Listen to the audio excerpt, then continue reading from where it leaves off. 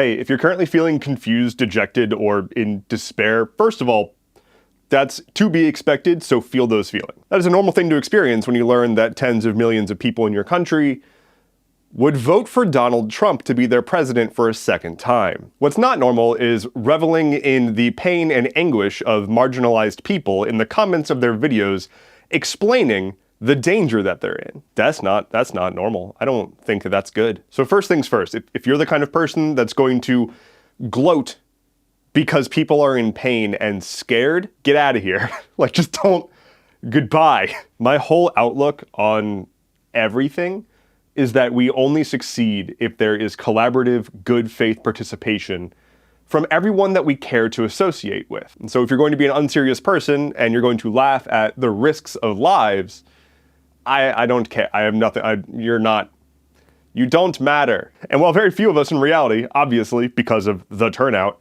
truly wanted Kamala Harris to be our next president, it was still better than the alternative, quite obviously, which is why there's a lot of people who are upset right now. And so here are things that you can do, like right now, that have meaningful movement in the right direction. Large or small, this list is, I'm trying to have something for everyone here. Because the first thing that I want you to remember is that it takes a village, right? And that doesn't just mean many hands, that means varied hands. It means people who have expertise in different subjects coming together to help each other. And so with all of that said, the first thing I would suggest is investigate mutual aid groups in your area. Pull up your favorite search engine and search for your local area and mutual aid groups that are doing direct action. Knowing who these groups are, where they operate, who's in charge, what they're doing, what tasks they need help with, just knowing that can help give you a sense of guidance towards next steps. They're also a great way to find places to go volunteer. You can ask somebody who is a professional activist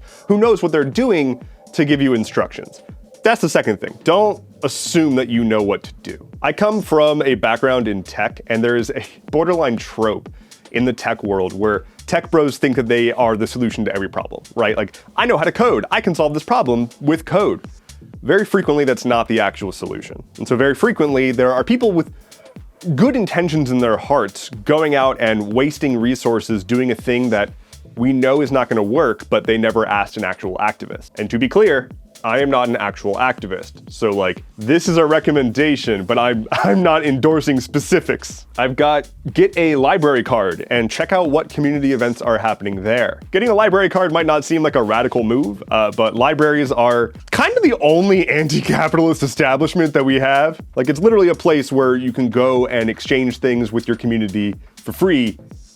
Beyond book, far beyond books. You can get cooking equipment, you can get all sorts of stuff. Getting engaged with your library is a direct way to be engaged with your local community, especially for people who depend on the library to get access to things to help them live their lives. So also consider donating there. Now for this next one, I'm gonna be very cautious and I'm going to remind you, it takes a village. So while some of us are researching what we can be doing to spend our energy, while some of us are volunteering, if you've never previously considered getting expert firearms training, take a second to think about that. If you wouldn't shy away from that and you're the kind of person who you think would be able to handle that, consider professional firearms training and potentially get something for yourself. This is not to encourage you to go out and seek justice. This is literal self-defense. The left is way more well-equipped than it might seem in popular media.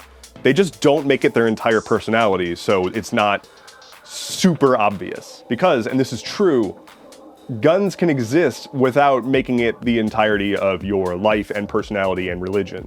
Next one on here is pet a dog. I think I just wanted to pet my dog when I wrote that one down. Make space to get healthy. You're gonna probably hear this mantra a bit, but like, being healthy is resistance. Carving out time for yourself to be good to yourself, to work on your mental clarity, to work on your physical strength and ability when possible. Yeah. Do it. We don't make it through this if everyone spends all of their time just riling themselves up and curling up into a ball and not being able to move because they're dealing with crippling anxiety.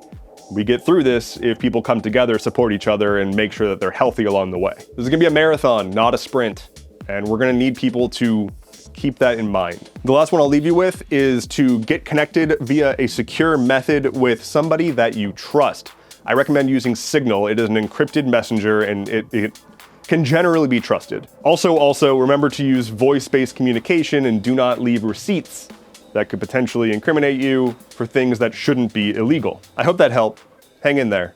Take care.